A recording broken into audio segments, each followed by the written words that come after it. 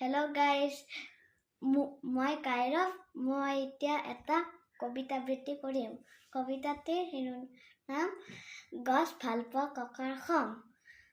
ভাল পালো ৰঘুনাথ, তুমি মোক পুতেৰাৰ বিয়ালৈ মাতিলা। পিছে ৰভাখন দিবলৈকে আমলখি গছজোপা কিয়নো কাটিলা?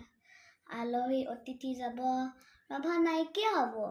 বোৱাৰীয়ে ঘৰখন দিবহি পুৰাই। পিছে কোৱাচোন ৰঘুনাথ, আমলখি গছজোপা সহজতে পাবানে ঘূৰাই?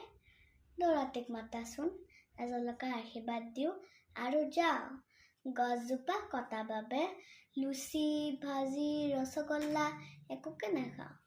ধন্যবাদ। চেনেলটোত বহুত মৰম দিব আৰু লাইক কৰিব, কমেণ্ট কৰিব, ছাবস্ক্ৰাইব কৰিব নাপাহৰিব। Bye bye.